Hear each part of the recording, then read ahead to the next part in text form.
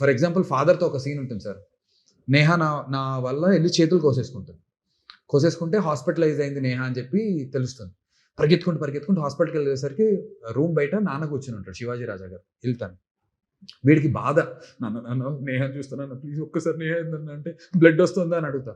అవునరా అంటే ఒక్కసారి నేహం చూస్తా అంటే లేదురా పడుకునిందిరా అవుతే ప్లీజ్ నాన్న ఒక్కసారి నేను ప్లీజ్ నాన్న అంటే రే వద్దని చెప్తున్నా కదా అంటే నాన్న లేదు నాన్న ప్లీజ్ నాన్న చూస్తానంటే వద్దని చెప్పాను రే చూస్తానని చెప్పాను కదరా నేహాని, వెళ్ళి చూసి వస్తా కూర్చో అని లోపలికి వెళ్ళి నేహానికి ఏమైంది, నేహానికి ఏం కాలేదు కదా సారీ నేహ అంటే ఇది భయపడుతూ హీరో నేహ భయపడుతుంటే అలా భయపడతావేంటి నేహ సారీ ఇంకా భయపడతావేంటి ప్రేమగా వాడు అప్పుడే ప్రేమ చూపిస్తాడు వాడికి అప్పుడే.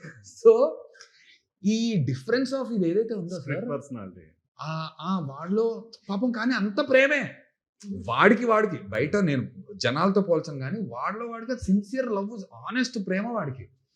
సో ఇలా ప్లే చేయడానికి అన్ని క్యారెక్టర్లు దొరకవు కదా సార్. అందుకోసం కార్తిక్ మీకు one of your favourite characters అంటే డెఫినెట్లీ అని చెప్తాను.